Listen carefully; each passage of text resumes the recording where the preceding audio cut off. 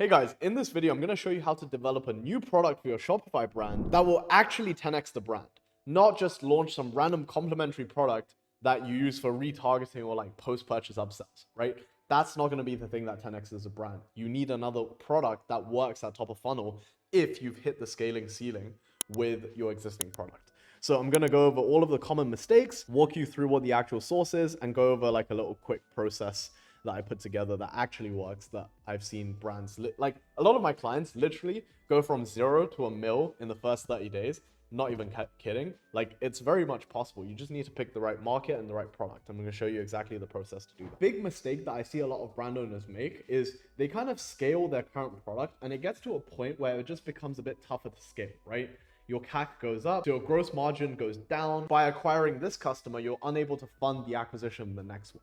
Right? So you're constantly in this cycle of trying to optimize, you're trying to upsell, blah, blah, blah, blah, blah, and you just can't seem to make it scale, right? So what do you do as a founder? A lot of the time you think, oh, I'm just going to launch a new product, right? So for example, if you're in the fashion niche, right? You have this winning product that sells really well. I'm just going to launch a new collection, right? But the truth is, a lot of the time, that's not what's actually going to scale your brand. Going back to this resource that I constructed, you always have two options to grow your bottom line, right? You can scale your ads and make more money, or scale like your top of funnel and make more money by exploring different ad angles, trying to go for a broader market, trying to apply your solution to a slightly adjacent market, right? Or you can launch a new product. Unfortunately, a lot of the time, the decision actually of scaling your current ads is actually the right one, because it's much easier to double a product that is selling already $1 million a month to $2 million a month than to find another product and scale it to $1 million a month. You see what I mean? But if you do want to launch a new product, let me talk to you about how. So first of all, let's go over some common don'ts, right? Don't do these if you don't want to lose money, right? So basically, one of the most common mistakes is you listen to dropshipping YouTubers about product research methods.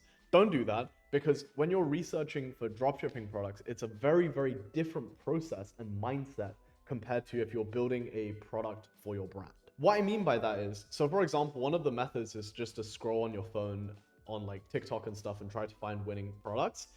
The problem with that is it's not going to be on your niche, right? And then also, if you were to go on to, these like ad spy tools that tell you the revenue of certain stores, you look at your competitors, it doesn't actually, number one, it's not very accurate, but also it doesn't tell you the sales by product. So for example, if you have a competitor selling the same thing as you, and then they're also selling another thing, it doesn't mean you should just copy them and sell another thing and you're going to bring your revenue up. That's not how it works, because it might be that 99% of their revenue comes from the same thing that you are selling as well, right? So that's number one. And then number two, and this is again a really common mistake, is just you think, oh, I'm going to launch a new product, so I'm just going to think of something complementary and start selling it, right? What I mean by this is, for example, if you're selling like a phone, right? For some reason you're competing with Apple, it doesn't really matter, but you think, okay, I'm just gonna sell phone cases. No, a new phone that's innovative, highly advertisable, works at top of funnel.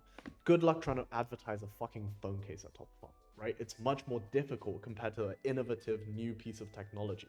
So what you really want to do is you want to look for a product that also works at top of funnel to broaden the type of customers that you market to overall. Of course, if there are complements between your products, that's absolutely ideal as well. But that shouldn't be the main focus, because, the main thing, let's say it costs $50, your side thing costs 20. Even if everyone takes up that offer, you're only increasing your revenue by 40% anyways. Whereas if you find another main thing, you could literally double your revenue within the next 30 days. You see what I'm saying? It's much more higher leverage trying to find new products that work at top of funnel. Next thing is, don't order huge quantities or MOQs in the beginning. I'm going to show you how to get around that in a second, but yeah, that's literally the 3 common mistakes. And in terms of actual source, like, this is the 3 most important advices that I can give you, because out of all of my 8-figure e-commerce friends and multi-8-figure e-com friends and clients, obviously, the way we think about e-com is very different to the average brand owner. What I mean by this is, we don't just think, okay, is this product useful, right? We think in 3 main categories. We think in marketing angles, content formats, and audiences. So what I mean by that is, right, bottled water, it's available everywhere, right? It's a commoditized good that everyone buys. So a lot of people, and I'm not saying you're like this dumb, but I'm just trying to make a really like clear example. A lot of people think, okay, there's a lot of demand for water, so therefore I should start a water brand. But they don't factor in, like, can you imagine trying to run ads to 24 pack of water on Facebook? Because think about the cost of acquisition, number one, cost of shipping 24 bottles of water, super expensive, right? Instead, you don't want to think about the product at all. You want to think about what is a marketing angle that will go viral right now. What is a marketing angle that really hits, right? Same thing with content formats. You don't just think about the product, you think about a winning content format and just plug in a product. That's how you blow brands up, right? Same thing with audiences. Who is in pain right now in the world, and who is a demographic that you understand the most? In your case, if you're trying to launch a new product that is adjacent or complementary to your current one, it's basically looking at your same exact audience. What problem are they having outside of the current one you're solving for them already, right? Because if you're making hundreds of thousands with this audience already, it's very easy to just serve them something else, right? And I don't mean serve them something complementary. You need to have good marketing angles attached to this audience. You see what I mean? The second thing is, I would highly, highly recommend you only pick products that you believe genuinely it's going to work at top of funnel, or you don't launch it at all. It's super important that you do that, because most likely if you launch a product that is just complementary to your main product, the uptake for this upsell product is going to be like 5%. And if this product is like half the value of your original product, let's say, which is very common, you're only going to be increasing your revenue by 2.5%. So what are you doing? You see what I mean? Like, it makes no sense. So that's why the next product that you're thinking about launching, again, it's important. Think about it in terms of marketing angles, content formats, and audiences, because it needs to attract a new set of customers. It needs to make it work. Third thing is, you need to ensure good unit economics when it comes to this new product before you even test it. What I mean by this is, right? For example, in the supplement space, competition is super, super intense, right? Cost of goods, CAC is really, really high, because generally a lot of brands have really low cost of goods sold, so they can afford to spend a lot on ads. And also there's some sort of lifetime value play in there as well. So what I need you to look at is the average cost per acquisition in the niche that you are targeting, and also the cost of goods sold that you are attaching to your new product. Reason being is because if you can add those together, combine it with your predicted average order value and still turn a profit, then it's most likely a viable product that will function at top of funnel. So make sure you test your unit economics before you start selling. Now, in terms of the process, I've kind of dumbed it down to a really simple 4 to 5 step process, because I can give you like really complicated workflows, but at the end of the day, you need to apply this to your brand. So I've tried to simplify it the best I can and try to make it as broad as I can, but I can explain it in much more depth, right? So the first step is, if I were you, I'd look at your niche. What other brands are running ads to that niche? So for example, one of the winning audiences for the last couple of years, actually in the dropshipping space or in e-commerce in general, it's an underserved market, right? There's two. Older women, right? Because everyone and their mothers is trying to target like that 21 to 35 range, because a lot of e-com brands are started by younger kids, right? Like kids type of my age, like in their early 20s to late 20s, right? So the older demographic has been underserved. A lot of e-com entrepreneurs are men, because more men are entrepreneurs, so therefore women are slightly underserved. So the winning audience has been, for a very long time, just a couple years, has been like 35 plus year old women, right? Good audience to market to, good audience to establish yourself within. Like, I literally work with a cosmetics brand that does like high 7 figures, and they only sell to old women. Now, obviously, if you already are very established towards a very specific audience, you can't necessarily find a new winning audience like that very easily. But I would just literally look at where your competitors are driving the traffic to, what product page it is, what type of product it is. If they're all running ads to a different product from you, then that means that product is performing well at top of funnel, in which case you can kind of just like replicate their product, stand out through innovating on their features or pricing a bit below them, for example, right? Or you can stand out through like branding, packaging, perceived value, all of that good stuff as well. Now Next thing is you want to understand what your audiences actually want. And to check that is really easy, actually. You just go on Amazon or your competitors' website, Trustpilot, Google reviews. It doesn't really matter. You want to look at what people are complaining about, right? And then you want to reverse engineer those problems into solutions. Easier said than done, but that's kind of like the rough process. The third way to do it is to launch some sort of post-purchase survey, right? It's literally just asking your existing customers that just bought from you, hey, what else other products would you actually like to see us come out with, right? And a lot of the time, your customers will actually tell you exactly what they want. Now, the magic and the source is how you filter the results from these forms. Because people are just going to suggest a bunch of complementary products, and then sometimes they're going to suggest genuinely a really good one. So as you filter through this list of product suggestions, you want to cross out the ones that you can't think of marketing angles for, or like winning audiences for, or content angles for, right? So what I mean by that is, for example, if you're selling like tables, right? You can have a standing desk, you can have a desk with some wheels on it so that, you know, it can swivel around in an office, all of that good stuff, right? You can stand out and make content around that feature, right? Whereas if you were selling tables, a lot of people are probably going to be suggesting, hey, you guys should come out with a chair, right?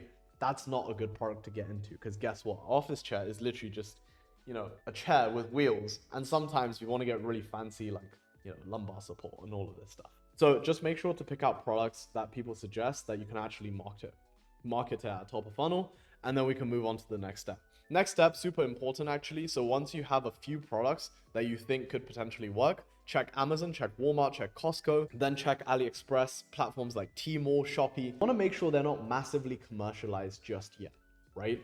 If they are, it's not really the end of the world. You just got to figure out a way to differentiate, right? So going back to that, checking like the Amazon 1-star reviews, what are people complaining about? Are products breaking too early? That kind of stuff, right? So you just got to differentiate. Now, after you kind of ideate a few products, pick the one that you actually want to test. There's two ways to test it: the lean way or the fast way, right? The fast way, obviously higher risk, costs a bit more money. The lean way, zero risk, very easy to do. Worst case, you lose a few $100, right? So let's go over the lean way, and then we'll go over the fast way, right? So the lean way to do it is to hire some sort of designer, 3D graphics animation guy to generate some renders of the product that you actually want to sell, and then run a pre-sale to your existing audience using email and SMS to promote it. If people are buying, then it's a good product idea. If people are not, then you can either still test it or scrap it. It just depends on your like personal level of faith in the product. But I would highly recommend using email and SMS to promote before you launch, so that you can kind of test the waters a little bit with your existing audience, right? Now, if you're wondering how to do that properly and in the best way possible, book in a call. We work with 7 to 9-figure brands. We're really good at email and SMS marketing. That's why I'm able to teach all of this stuff, because we have a fundamental understanding of e-commerce as well. Now, once you test this, it can kind of transition into the faster way of doing it, which is basically ordering some samples, send it out to content creators, have them generate some ads for you, and then run them at top of funnel to see if you can be break even or even profitable, right? Super important that you do this, and you're looking for two main things. If you are profitable straight away, amazing. That's awesome. It works at top of funnel, great. If you are break even, it's actually a pretty good sign, because that means you can actually optimize it, right? And if you're selling at a loss, if it's a slight loss, but you have massive faith in the product, I would give it a bit more time and try to optimize things like average order value, ad creatives, maybe chop up the hooks a little bit, see if you can make the first 3 seconds of the video look more like visually interesting, right? To try to get that CAC down, or you can just try to get your average order value up without, you know, messing around with CAC too much. Now, if you're just getting 0 sales, kill the product. The beauty of killing it here is you're not losing massive amounts of money. You at most lose some ad spend, some UGC ad like costs, as well as some renders from like graphic teams, right? Another thing is, I highly recommend you guys dropship in the beginning as a fulfillment method. Let me go over the reason why. Because, and this actually has more to do with psychology rather than logic. It's basically, if you don't dropship in the beginning, if you order anything to your warehouse, you have to make a MOQ, right? Let's say the MOQ is 100 units and you can't move 100 units profitably because your first sale is at like a 0.25 ROAS, right? You're fucked. So there's two things. Either you can kill off this product, or you can try to like push it at cost to your existing list. But if you don't want to do that, a lot of the times founders like end up falling in love with their product and then try to sell all of this through ads. So it kind of comes into a cycle of you losing more and more and more and more money, right? Huge problem. Do not fall into that trap, which is why I recommend you do dropshipping, because in that trap, the problem is psychologically, you really want to make it work because you've already committed on moving this many units, but in the process, you end up losing more money. You see what I mean? And then once you establish, you know, if it's break even, if it's profitable, if it's that slight loss, you want to start optimizing, right? Can you put this into a bundle with your main product? Maybe you can sell more units of the thing in the same order, right? Can you give a discount on the second units? Can you do buy two, get one free? Does that make sense, right? If it does, awesome. You want to raise your average order value over time because let's be honest, you're competing with some big dogs, right? And a lot of the time they can afford to pay more for their ads because the average order value is dialed in, their cost of goods sold is lower than yours, all of this stuff, right? You are competing on a global scale here. So this is the time to be optimizing. And then obviously from there, you can kind of scale up your ads. You don't need me to tell you how to do that. So that's how to launch a product for your Shopify brand and how to do it properly. Hope you guys enjoyed this video. And if you're a 7 to 9 figure brand watching this and you just want to shoot the shit because you think, oh my God, Boyan actually has a lot of ecom knowledge, feel free to book a call with me. A lot of the time on these sales calls, yes, I'm going to try to sell you my email service, but I already have a huge 100 like Klaviyo tutorials, right? You're not hopping on the call to make sure I'm an email expert. You're hopping on the call to see if I can actually help you, right?